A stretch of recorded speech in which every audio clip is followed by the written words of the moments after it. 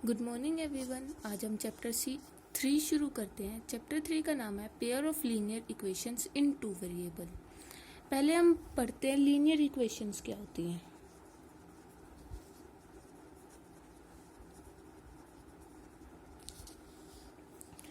Linear equations वो equations होती है जिनमें जो भी वेरिएबल्स आए, जो भी वेरिएबल्स हैं, जैसे x हो गया, उसकी पावर हमेशा 1 हो। x इज इक्वल्स टू 7 एक लीनियर वेरिएबल है, एक लीनियर इक्वेशन है।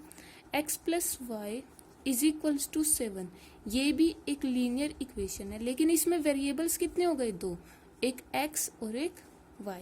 वेरिएबल्स वो होते हैं जिनकी वैल्यू हमें इक्वेशन में पता ना हो, और इक्वेशन मैंने बताई थी, इक्वेशन वो होती है जिसमें is equals to left hand side भी गिवन हो और राइट हैंड साइड भी गिवन हो। अब अगर हम लिखे x square plus y is equals to 7, अब यहाँ x की पावर तो 2 चली गई, तो ये हमारे पास एक लीनियर इक्वेशन नहीं है।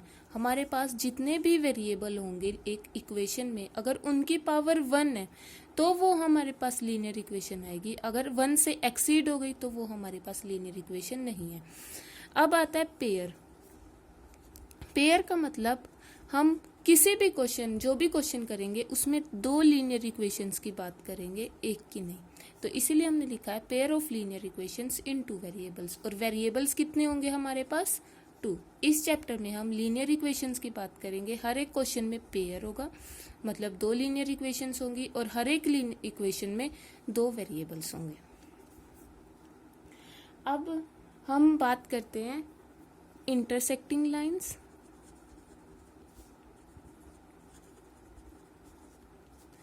पैरेलल लाइंस और कोइंसिडेंट लाइंस। इंटरसेक्टिंग लाइंस वो इन लाइंस होती हैं जो आपस में एक पॉइंट पर इंटरसेक्ट करें। तो ये दोनों लाइंस एक पॉइंट पर इंटरसेक्ट कर रही है, तो इन्हें हम क्या बोल देते हैं? Intersecting lines.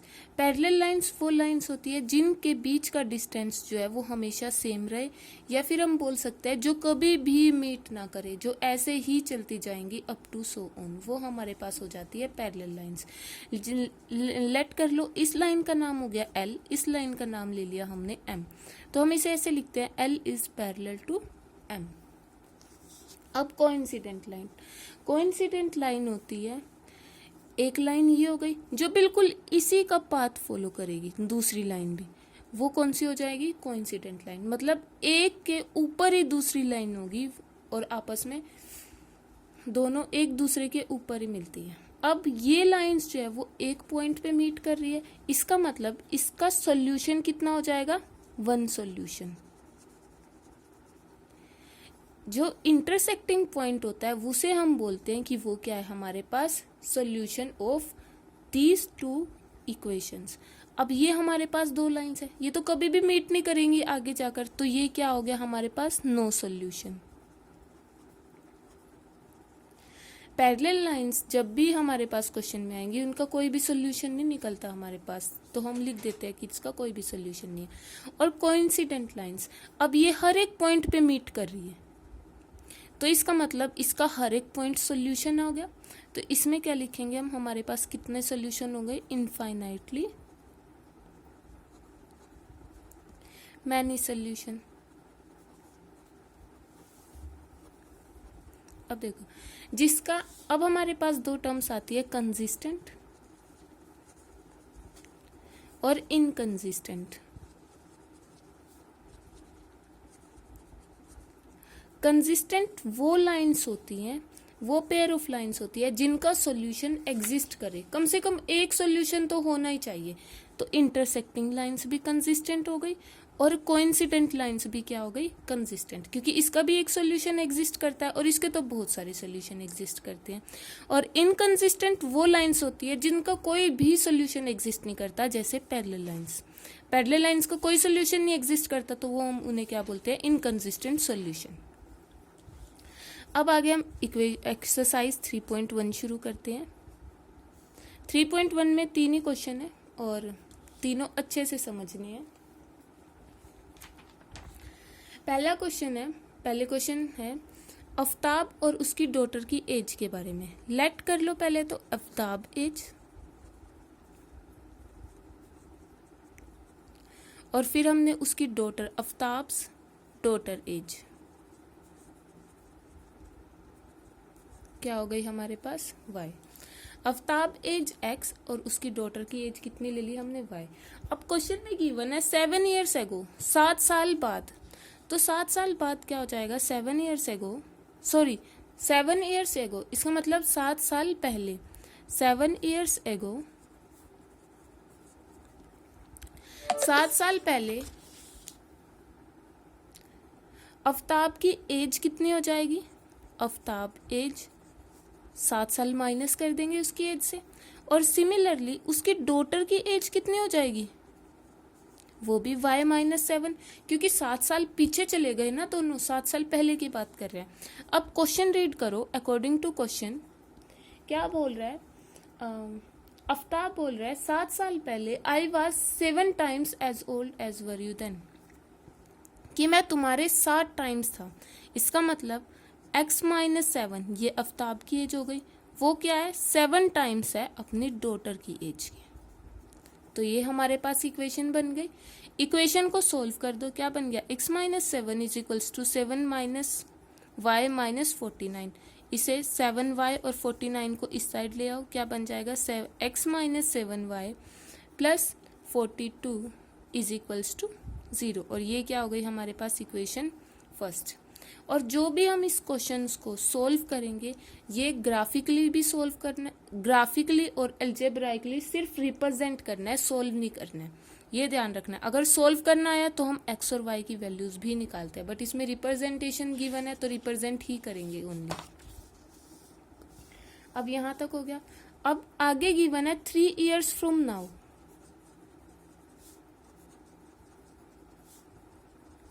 मतलब 3 साल बाद। 3 साल बाद आफ्ताब की एज क्या हो जाएगी हमारे पास, पहले कितनी थी x, 3 साल बाद कितनी हो जाएगी x +3। सिमिलरली उसके डॉटर की एज कितनी हो जाएगी हमारे पास y +3। अब अकॉर्डिंग टू क्वेश्चन क्या बोल रहा है, आफ्ताब बोलता है कि I shall be 3 times as old as you, कि मैं तुम्हारे 3 साल बाद मैं तुम्हारे क्या हो जाएगा 3 times, वो 3 times हो जाएगा अपनी डॉटर की एज की।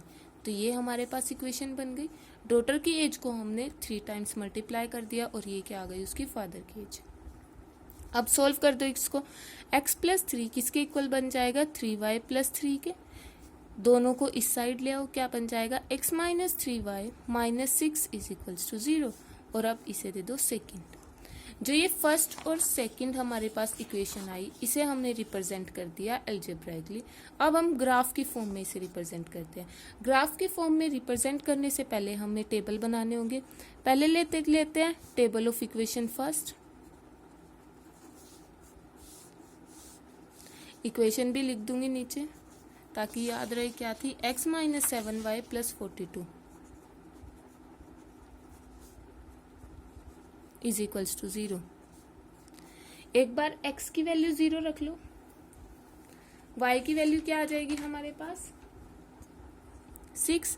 एक बार x की वैल्यू 7 ले लो, y की वैल्यू क्या आ जाएगी हमारे पास अगेन 7। इसमें पुट करके देखनी है, अगर x की वैल्यू हमारे पास 0 चली गई तो y की वैल्यू क्या बन जाएगी 0 -7y + 42 is equals to 0। -7y किसके इक्वल हो गया -42 के, y किसके इक्वल हो गया -42 ओवर -7, कैंसिल हो गया 6। ऐसे ही हम x की वैल्यू 7 पुट करके देख लेंगे, y की वैल्यू 7 आ जाएगी। Similarly for table 2,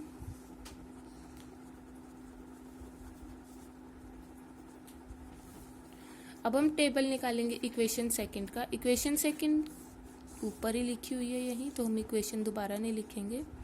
x -3y -6, x को 0 पुट कर दो, y क्या आ गया -2। x को 0 पुट कर देंगे, y की वैल्यू क्या आ जाएगी 6, इस साइड चला जाएगा, -3 उसके नीचे तो -2। और एक बार y की वैल्यू 0 पुट कर दो, अगर y 0 हो गया, x -6 किस साइड चला गया इस साइड, तो x की वैल्यू क्या आ गई 6। तो एक हमारे पास टेबल ये बन गया और एक टेबल ये बन गया। इसे हम ग्राफ पे प्लॉट करेंगे। ये ग्राफ है, अपनी नोटबुक में ग्राफ ही पेस्ट करने हैं, नोटबुक पे ऐसे मत बना देना, और ग्राफ के ऊपर पेंसिल यूज करनी है। ये ग्राफ है, ये हमारे पास एक्स एक्सिस हो गई। पॉजिटिव को हम एक्स लिखते हैं और नेगेटिव एक्सिस को हम एक्स डैश से डिनोट करेंगे। ऐसे ही पॉजिटिव वाई को हम वाई से डिनोट करेंगे और जो नेगेटिव वाई होगा उसे हम वाई डैश से डिनोट करते हैं। अब एक एक पॉइंट, पहले हम टेबल 1 का ग्राफ बना लेते हैं। एक्स क्या है हमारे पास 0 और वाई, पहले तो इंटरवल्स बनाने होते हैं और इंटरवल्स जो है वो हमेशा इक्वल होने चाहिए, ये इंपॉर्टेंट होता है। अगर इंटरवल इक्वल नहीं होंगे तो हमारे पास ग्राफ जो है वो पूरा गलत हो जाएगा। अब एक्स की वैल्यू कहाँ तक है, 7 और 6, यही वैल्यूज है एक्स की, तो हम 2 का इंटरवल ले लेते हैं। ये भी 2, 4, 6 और 8। एक्स माइनस में है नहीं, फिर भी -2 -4 लिख लो। अब वाई कहाँ तक है, 6 7, 1 2 3 4 5 6 7 तक तो नहीं आ रही, इसमें भी 2 का इंटरवल ले लो, 2 4 6 और 8। ऐसे ही नीचे -2 -4 -6 और आगे। अब देखो पहले टेबल 1 का ग्राफ, पहले क्या है x0 y6, x0 ये 0 हो गया यहाँ और y क्या है 6, ये तो ये पॉइंट क्या बन गया हमारे पास 0,6। हमेशा जब भी ये पॉइंट लिखते हैं तो x की वैल्यू पहले आएगी, y की बाद में आएगी। फिर x7 y7, x की वैल्यू कितनी लेनी है 7, तो 6 और 8 के बीच में 7 यहाँ आएगी और y की भी 7, तो ये पॉइंट कहाँ आ गया, यहाँ पॉइंट लिख दो, कौन सा है 7,7। अब इन दोनों को स्केल से ज्वाइन कर दो। अब दोनों पॉइंट्स को स्केल के साथ ज्वाइन कर दो।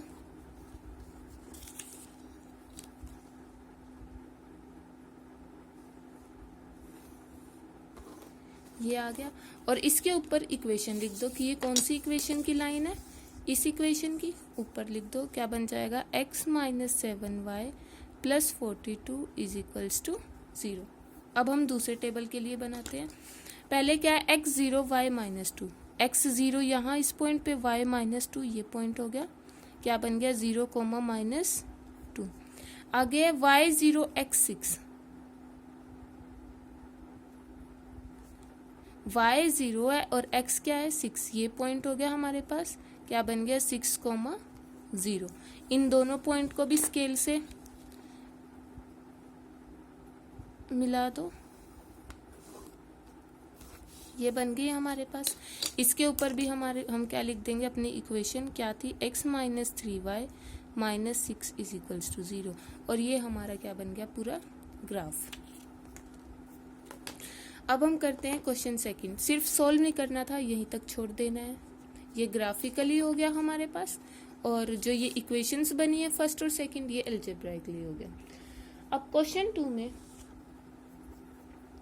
एक कोच, क्रिकेट का कोच है, उसने पहले 3 बैट लिए, फिर 6 बॉल्स ली, और वो कितने के बन गए, उनका रेट जो है टोटल रेट हो गया 3900। फिर उसने दोबारा से 1 बैट और 2 बॉल्स ली, वो कितने की बन गई हमारी 1300 की। अब इसे भी ग्राफिकली और अलजेब्राइकली बनाना है, तो हम लेट कर लेंगे। कॉस्ट ऑफ बॉल x ले लो और कॉस्ट ऑफ बैट = y, दोनों लेट कर ली। अब हमारे पास एक कोच ने पहले 3 बैट्स और 6 बॉल्स हैं, तो 3 बैट्स मतलब 3 बैट्स की कॉस्ट, तो इसीलिए कॉस्ट ऑफ 1 बैट है, सॉरी, तो कॉस्ट ऑफ 1 बैट y थी और 3 बैट्स की कॉस्ट कितनी हो जाएगी 3y, प्लस 6 बॉल्स, उसने 6 बॉल खरीदी है, कॉस्ट ऑफ 1 बॉल कितनी है x, कॉस्ट ऑफ 6 बॉल्स कितनी हो जाएंगी y। इन दोनों को प्लस कर देंगे, सॉरी x, इन दोनों को प्लस कर देंगे, वो हमारे पास टोटल कॉस्ट आ जाएगी, और टोटल कॉस्ट गिवन है 3900। ये हमारे पास इक्वेशन फर्स्ट हो गई। सिमिलरली आगे उसने दोबारा से 1 बैट लिया, तो 1 बैट, इसका मतलब 1y, और 2 बॉल्स, तो +2x, टोटल रेट कितना हो गया हमारे पास 1300। ये हमारे पास फर्स्ट और सेकंड इक्वेशन बन गई। अब जो ये फर्स्ट और सेकंड इक्वेशन बनी है सेम इसका टेबल बना लेंगे, एक्स वाई, और ऐसे ही इक्वेशन सेकंड का टेबल एक्स वाई। ये टेबल ऑफ इक्वेशन 1 और टेबल ऑफ इक्वेशन 2।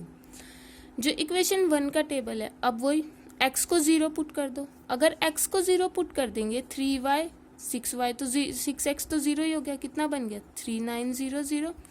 अब y किसके इक्वल हो गया 3900 ओवर 3, डिवाइड कर दो 1300। तो x की वैल्यू हमने 0 पुट की, y की कितनी आ गई 1300। सिमिलरली y की वैल्यू 0 पुट कर दो तो 6x किसके इक्वल हो गया 3900, और x किसके इक्वल हो जाएगा 3900 ओवर 6, कट कर दो कितना आ जाएगा 650। तो y की अगर 0 ली तो क्या आ गया हमारे पास 650। सिमिलरली इसमें पुट कर दो, पहले y की 0 कर दो, y की 0 कर दोगे 2x कितना हो गया 1300, x की वैल्यू कितनी आ जाएगी 650। तो y 0 x कितना आ गया 650। अब x की 0 पुट कर दो तो 0 प्लस y किसके इक्वल हो गया 1300, y की वैल्यू यही आ गई, तो ये 0 और ये 1300। सिमिलरली इसे ग्राफ के ऊपर बनाएंगे। ग्राफ के ऊपर वही x एक्सिस बनानी है, y एक्सिस बनानी है, और देखो ये x एक्सिस बना दी, जो माइनस x एक्सिस है उसे हम x डैश बोल देंगे, y एक्सिस हो गई ये y डैश हो गया। पहला पॉइंट है 0,1300, तो 0y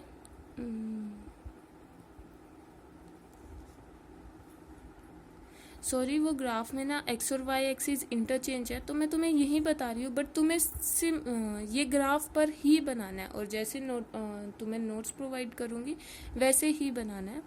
तो अब इन दोनों को, ये हमारे पास y हो गई और नीचे कौन सी ले लेंगे हम y डैश, ये x एक्सिस हो गई और ये कौन सी हो जाएगी नेगेटिव वाली x डैश। अब हम क्या करेंगे, दो ही पॉइंट्स ले लेंगे खाली, एक 650 और एक 1300। सिमिलरली इस पर भी 650 और 1300।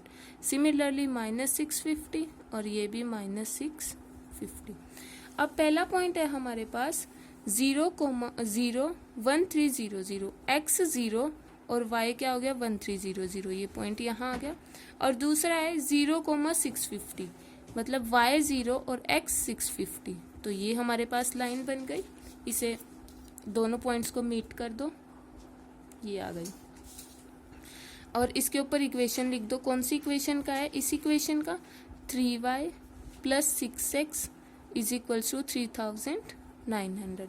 अब दोबारा से दूसरे टेबल की बनाओगे, 0,650 y 0 x 650 सेम पॉइंट, और अगला है 0,1300 x 0 1300 y, तो ये भी सेम पॉइंट बन गया। पॉइंट्स की वैल्यू भी लिखनी है, ये कौन सा पॉइंट हो गया 650,0 और ये कौन सा पॉइंट हो गया हमारा 0,1300। ये तो पता ही है x की वैल्यू जो है वो हमेशा पहले लिखते हैं पॉइंट में, y की वैल्यू बाद में लिखते हैं।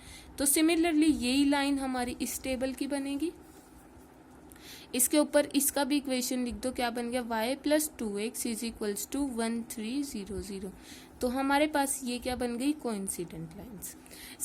थर्ड क्वेश्चन बिल्कुल सेम है, और खुद ट्राई करना है एक बार, और ये ग्राफ में बनाने हैं, ग्राफ को कट करके नोटबुक पे पेस्ट करना है।